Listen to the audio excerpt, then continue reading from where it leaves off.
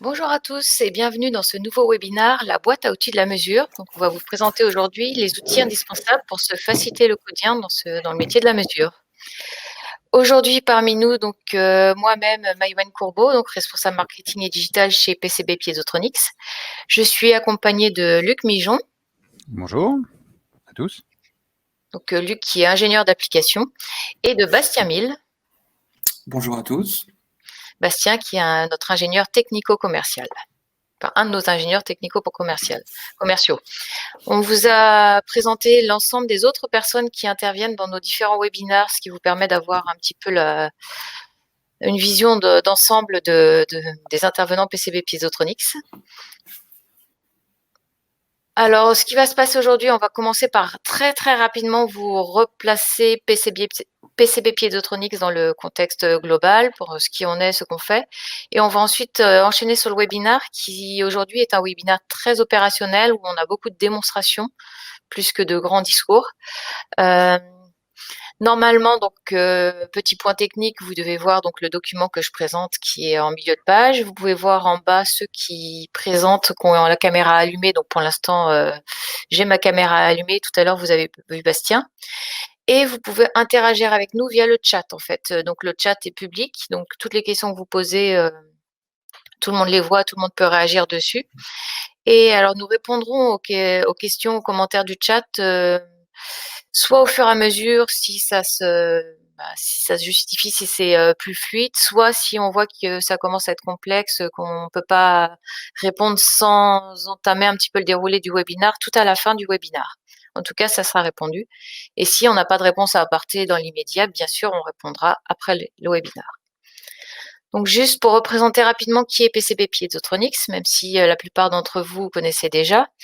Donc PCB Piezotronics appartient au groupe MTS System Corporation, qui est un groupe international, leader mondial de tout ce qui est système de test haute performance et capteurs de précision, et qui est donc une boîte américaine cotée au Nasdaq. Donc PCB Piezotronics, maison mère, a été fondée en 67 à Buffalo aux États-Unis. PCB a la particularité de développer, concevoir, fabriquer dans ses propres usines ses solutions de mesure de grandeur physique. Donc, on a vraiment toute la chaîne au global internalisée. Et donc, PCB appartient à MTS depuis 2016. Et enfin, on a aussi Andefco, donc la marque Andefco, qui nous a rejoint très récemment, donc en octobre 2019, qui est aussi une entreprise américaine qui avait la même particularité que PCB Piezotronics d'avoir toute la chaîne de développement, fabrication, conception internalisée. Donc PCB Piezotronics est en plus spécialisé sur piézoélectrique et Andefco ayant une très forte compétence en MEMS. Donc voilà pour la présentation rapide. Et nous, aujourd'hui, PCB Piezotronics France, donc on est la filiale française de PCB. On distribue les produits sur le marché français de la marque PCB Piezotronics, IMI qui est la marque industrielle de PCB Piezotronics, The Modal Shop qui a partie système, Larson Davis qui a partie acoustique et enfin Andefco. Donc on a été créé en 2000, donc ça fait 20 ans. On fête nos 20 ans, on a fêté nos 20 ans en octobre. On les a pas vraiment fêtés vu les conditions. On est entre 12 et 15 salariés et on a fait l'an dernier un chiffre d'affaires de 8 millions d'euros. Et donc je pense que ça va être suffisant pour l'introduction. Je vais laisser juste rapidement les marchés sur lesquels on travaille, c'est aéronautique, spatiale, défense, automobile, test, mesure, énergie, industrie. Et en termes de solutions, on propose des solutions pour tout ce qui est mesure d'accélération, de vitesse angulaire, de vibration, de choc, de pression statique et dynamique, d'acoustique et de force. Voilà. Et enfin, on a bien sûr non seulement les solutions de mesure, mais aussi des produits autour, donc tout ce qui est pot vibrant, marteau d'impact pour générer de la vibration ou du choc. On a des stations d'étalonnage, donc portables ou moins portables, pour étalonner les capteurs. Et toute une gamme d'électronique, de connecteurs, de câbles et d'accessoires de montage pour pouvoir vraiment fournir une chaîne complète. Voilà pour la présentation très rapide de PCB. On va rentrer dans le vif du sujet du webinaire, ce pourquoi vous êtes là aujourd'hui. Tout ce qui est boîte à outils, on va commencer par vous montrer des outils, des fonctionnements pratiques pour vérifier, par exemple, le fonctionnement d'une chaîne piézoélectrique. Et c'est Bastien qui va vous faire cette petite démonstration. Bastien, c'est à toi. Donc, premier test assez simple à faire, c'est juste pour vérifier simplement un capteur. Donc, il y a 3 petits tests qu'on va vous présenter, mais je pense que le plus simple, c'est de les illustrer avec une vidéo. Donc, premier test avec un conditionneur de signal ICP une voie. Donc là, vous voyez qu'il y a un petit afficheur avec une aiguille. Je viens de mettre un capteur et vous voyez que en théorie, l'aiguille devrait être dans le vert. Elle n'est pas dans le vert, ce qui veut dire qu'il y a un problème. Et en fait, je sais pas si vous voyez, mais c'est parce que j'ai un câble qui est défectueux. Donc là, je vais refaire exactement la même chose en changeant mon câble. Donc c'est le même capteur, juste je change de câble et vous allez voir que quand je le connecte à mon petit conditionneur, une voie à affichage à aiguille, j'ai bien l'aiguille qui est dans le vert. Donc mon capteur et mon câble sont fonctionnels. Premier test très simple. Ouais, donc là, je montrais juste qu'on pouvait faire un petit test de batterie, avec ce conditionneur. Deuxième test, j'utilise le même conditionneur, sauf que là, je vais utiliser le calibrateur qu'on voit sur la gauche. Donc c'est la référence, j'ai oublié la référence, mais c'est 394 C06, si je dis pas de bêtises. Donc je mets mon accéléromètre dessus, et là, l'intérêt que je vais avoir, c'est de pouvoir envoyer une excitation connue de 1G 159 Hz. Et tout l'intérêt, c'est de vérifier. Bon, là, je peux aussi mettre des gains, ça n'a pas trop d'intérêt dans le cas présent. Là, je vois que mon aiguille est bien dans le vert, c'est ce qu'on vient de voir juste avant. Et donc, quand j'envoie l'excitation, je dois retrouver sur mon oscillo l'excitation de 1G 159 Hz. Donc, on peut s'amuser à reprendre des curseurs pour vérifier les valeurs, mais là, on a une belle sinusoïdale qui correspond à ce qu'envoie le calibrateur. Là, bon, je montre juste qu'on peut mettre sur cette version-là un gain x10. Voilà, c'était juste pour montrer le gain. La version standard en a pas, mais fondamentalement, c'est la même chose, sauf qu'on peut mettre un gain ou pas. Ensuite, sur le même principe, donc là, c'était pour des accéléros, on a aussi des calibreurs pour des micros. Donc c'est exactement le même principe, le même conditionneur, sauf que cette fois-ci, c'est pour l'acoustique un calibrateur donc, qui envoie 114 dB 250 Hz. Donc là, je vais faire exactement le même principe. Je viens connecter mon micro.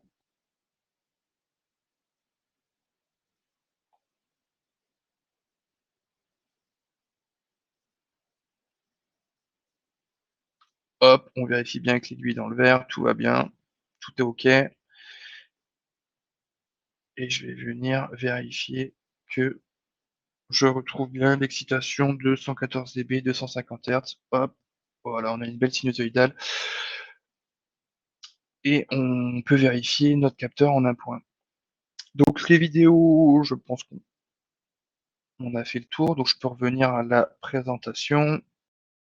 Je ne l'ai pas montré, mais bon, fondamentalement, on peut faire exactement la même chose avec un conditionneur 4 voies, sauf qu'au lieu que ce soit un affichage en aiguille, c'est un petit affichage par LED, mais sinon c'est le même principe.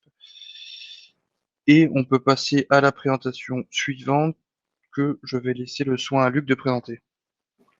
Alors, sur celle-ci, rapidement, avant de démarrer la vidéo, je présente ce qui est sur l'écran et donc les appareils mis en place. Là, on va avoir en fait 3 vidéos derrière qui vont suivre. Le premier, c'est ce que vous voyez sur l'écran. Donc, il y a un accéléromètre en DEFCO capacitif en plein milieu qui sera testé, puisque c'est lui qu'on va vérifier, avec le petit appareil qu'on voit cette fois-ci en haut à gauche, qui est un 4418, un conditionneur portable autonome pour alimenter et donc amplifier le signal du capteur. Et pour vérifier donc la résultante du système, on va brancher sur la voie 2 de l'oscilloscope qui est derrière. Ensuite, on va avoir à peu près l'équivalent avec un capteur, cette fois-ci triaxe. Et la troisième, ce sera un capteur de vitesse angulaire. Donc, Maïwen, je veux bien que tu démarres les vidéos, s'il te plaît. Donc là, on voit l'accéléromètre. On est calibré, si on regarde sur l'écran, à 1 carré à 200 millivolts. On était sur la tranche, on se met en +1, on passe à 200 millivolts. Ça fonctionne bien. On revient sur la tranche à 0, c'est parfait. Là, on va arriver sur moins 1 G, donc on se retrouve à moins 200 millivolts. Ce qui est intéressant en passant par cette phase intermédiaire, c'est qu'on voit bien la mesure comme si c'était à un inclinomètre. Voici maintenant le 7298, 10, donc 10G, qui est cette fois-ci utilisé avec un conditionneur 136 3 voies et donc associé, comme dit, avec un oscilloscope. On va d'abord passer sur le paramétrage du capteur. Donc, on choisit sa tension d'excitation, 10 volts, c'est suffisant. Ensuite, la sensibilité du capteur. Donc là, on a arrondi à 200 millivolts par G. La sortie qu'on souhaite, on va mettre un gain de 1, donc on met 200 aussi. Pour l'essai, on n'a pas besoin d'activer de filtre. Là, on va faire le 0. Donc, on se met sur la tranche, puisque là, on va travailler sur la voie Z. Donc là, on est sur la tranche de l'axe Z. On fait un 0. Après, on sélectionne qu'on veut avoir une visualisation EU, c'est l'unité mesurée. Donc là, on sera en G. Donc, il se trouve qu'on est sur la tranche, on est à peu près à 0. Le signal, comme on a fait le 0, est propre et à 0 aussi. Maintenant, on va faire le test en mettant à 1G. Cette fois-ci, si on regarde sur le bas de l'écran à droite, on est sur la chaîne 1 et on est à 100 millivolts par G, donc on a bien 200 millivolts. L'appareil qui doit afficher l'unité, enfin, est bien à 1G. Bon, il n'a pas le signe moins, donc il va être à moins 1G. Par contre, son signal est passé à moins 200 millivolts sur l'oscilloscope. Et ce qui est intéressant aussi comme test, du coup, en vérification, c'est qu'on est bien symétrique. Et là, on repasse à 0, on retrouve bien le 0 du capteur. Donc avec ça, on est capable de dire qu'il fonctionne bien. Là, on teste une autre fonctionnalité dans cette vidéo qui a été utilisée sur les propriétés des capteurs capacitifs. C'est-à-dire que même après un choc, immédiatement, il revient à une mesure qui est fiable. C'est-à-dire le choc le fait résonner, c'est moins beau, mais par contre, immédiatement, il revient à une valeur et c'est la valeur vraie. Le troisième essai donc, que vous voyez sur la réglette à droite, c'est un capteur de vitesse angulaire, un 7310. Et donc, l'objectif de le fixer sur la réglette, c'est de pouvoir justement lui donner un mouvement de balance. Là, on voit bien que j'arrive à saturation du capteur, de sa sortie. Et dès que je reviens dans sa plage de mesure correcte, il me refait quelque chose de propre. Donc voilà, je fais un aller-retour, j'augmente, je diminue pour montrer et vérifier que ça se passe bien. Donc rien qu'avec ce petit système qui est quand même un réglet, le capteur, un conditionneur et l'oscilloscope, on est capable de voir si le 7310 est fonctionnel. Comme pour l'accéléromètre, là, je fais un test supplémentaire. C'est les capteurs capacitifs répondent immédiatement après un choc. Donc là, volontairement, je lui mets des impacts en tapant sur la table. C'est pas très propre au niveau mouvement puisque je déplace la réglette, mais on voit immédiatement quand même que le mouvement oscillatoire qui est derrière est tout de suite repris. C'est la fin de cette vidéo. On peut passer à la suite myWen. Donc là, on retrouve la présentation avec ce qu'on a présenté. Et là, je laisse la main à Bastien pour la vidéo suivante. Donc, pour cette slide, on va s'attarder sur notre conditionneur ICP 2 voies à sortie USB, donc référence 485B39, qui permet de mettre très simplement et très rapidement en place 2 voies de mesure ICP qu'on peut directement lier à un PC, à une tablette ou même à un téléphone si vous avez le petit adaptateur pour vous brancher en USB. Donc même principe, on a encore une petite vidéo que je vais lancer. Donc le fameux conditionneur, donc premier intérêt, c'est qu'il est en termes d'encombrement super petit. Et donc on va mettre en place une petite mesure assez simple à l'aide dans le cas présent. Donc, je branche le conditionneur à la tablette et je vais venir lui mettre un accéléro et faire une petite mesure de vibration très simple avec le calibreur qu'on a vu juste avant. Donc bon, on pourrait brancher 2 voies. Bon là pour la démo, on se contente d'en brancher une seule. Et je vais venir, comme si j'étais sur site, faire une petite collecte, une petite mesure sur site. Et voilà, là je sais pas si on va bien voir sur la tablette, mais on a notre petit relevé où on trouve bien le pic à 259 Hz, comme ce qu'on voit le calibreur. Voilà, avec le petit curseur. Je sais pas si on va bien voir, mais on retrouve le signal qu'on souhaitait. Donc très simple, très rapide, c'est tout l'intérêt du produit. Derrière, en l'occurrence, on avait utilisé une application de chez Modal Shop, mais le principe c'est que c'est souple et compatible avec tout type de logiciel, dans le sens où c'est assimilé à une entrée audio pour votre PC et votre tablette, et donc c'est compatible MATLAB, LabVIEW et tout type de logiciel en fait. Ça nécessite pas d'installer de driver, donc c'est hyper rapide, hyper simple, et voilà, vous avez deux voies de mesure très simples à mettre en œuvre. Pour la présentation suivante, je laisse Luc reprendre la main. Donc là, merci Bastien. On va parler cette fois-ci d'un autre appareil qui est le 4830B qu'on voit sur la gauche. On va l'appairer donc avec un oscilloscope. Cet appareil est un équipement autonome, portable encore, donc prévu pour être utilisé sur site ou en laboratoire. Il a la fonctionnalité de générer des signaux qu'on va pouvoir calibrer et du coup qu'on va pouvoir faire varier pour ne pas avoir qu'un seul type de signal. Là, on joue vraiment sur différentes technologies et on va pouvoir changer leurs paramètres. Si vous regardez sur l'appareil, il a 4 BNC qui sont au-dessus.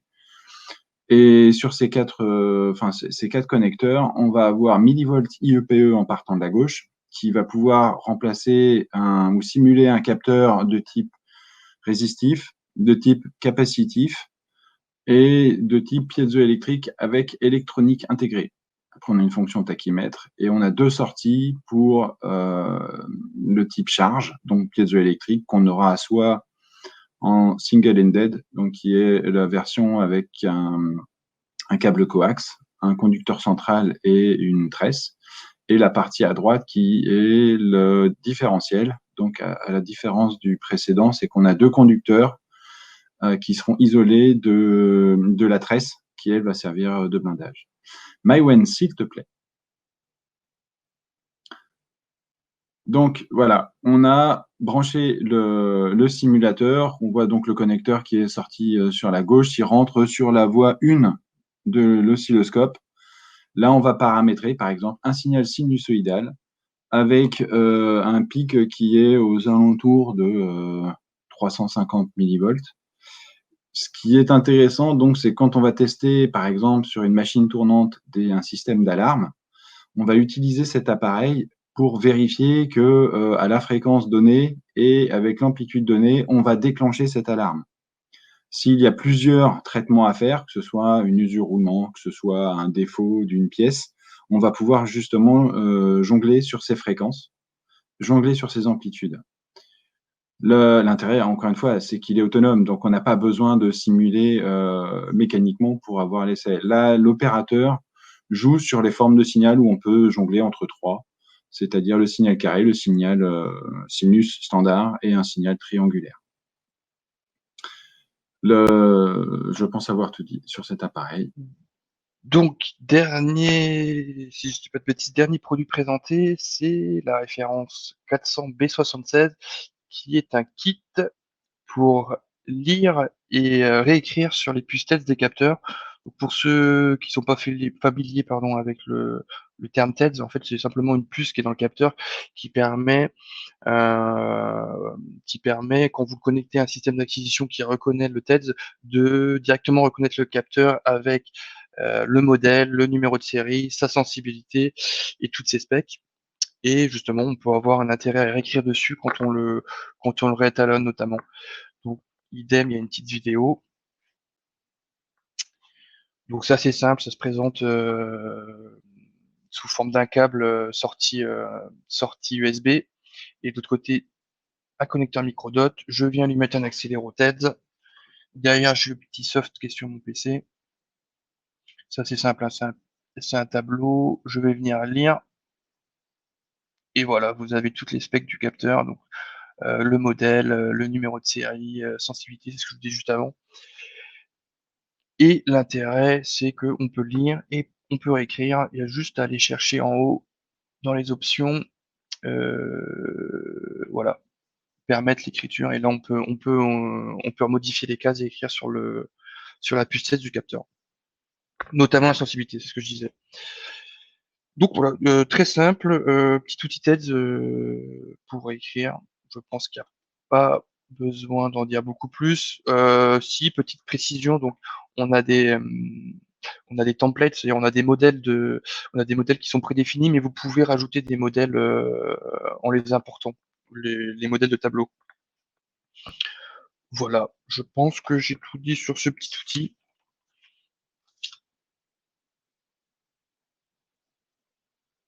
Et du coup, on peut enchaîner avec un résumé des différents traits qu'on a pu évoquer durant cette présentation.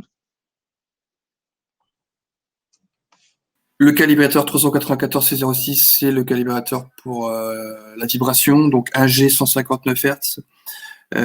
Bon, si vous avez le point max, vous pouvez mettre, c'est sur batterie. Ensuite, en acoustique, c'est soit la référence CAL 200 ou CAL 250 en fonction des niveaux et des fréquences souhaitées. Donc par défaut, il y en a un qui est format demi-pouce, l'autre pouce, mais il y a des petits adaptateurs qui vont bien pour tous les formats de micro. Et ensuite, le petit conditionneur une voix avec l'affichage aiguille, c'était la référence 48602. Donc le petit affichage aiguille, c'est sur pile. Et je vais passer à la slide suivante. Donc ça, c'était les conditionneurs en DevCo, donc les conditionneurs pour le capacitif, donc 4418, ou attendez, c'est ça. Ce sont les deux qui sont apparus dans les vidéos. Ouais, c'est ça, ouais. Une voix résistive capacitif qui est le 4418 et le système 3 voix qui est le 136 qui fonctionne aussi avec des résistifs et des capteurs capacitifs. Et ensuite, pour terminer, ouais, donc le simulateur donc 4830B. Et bon, un produit dont on n'avait pas parlé, c'est un produit PCB le 401B04, qui est une version un petit peu plus light qui permet uniquement de convertir un signal tension en signal ICP. Vous lui mettez un signal tension en entrée, en sortie, vous renvoie un signal ICP, ce qui permet de tester ces conditionneurs. Et pour finir, les conditionneurs, on en a parlé. Le 485B39, donc c'est la version USB, la version USB 2 voies. Et les conditionneurs, bon, on en a parlé juste avant. 482C16, c'est un 4 voies, mais cette fois-ci, celui-ci, l'intérêt, vous pouvez en plus avoir des gains paramétrables. On a plusieurs déclinaisons de conditionneurs possibles, mais dans l'idée, c'est ça. Et pour finir, le petit kit TEDS. J'en ai pas parlé quand il y a eu la vidéo, mais il y a les tableaux que vous avez vus, il y a différentes templates qui existent déjà, mais si vous avez des types de capteurs différents, vous pouvez rajouter des templates facilement. C'est par USB, c'est pour Windows, et je pense qu'on a fait le tour. Je n'ai pas fait attention s'il y avait des questions. Non, il y a eu plus des problématiques que des questions pour l'instant. Alors, si vous avez des questions qui ont été présentées, pour ceux qui ont bien vu la présentation, n'hésitez pas, c'est le moment.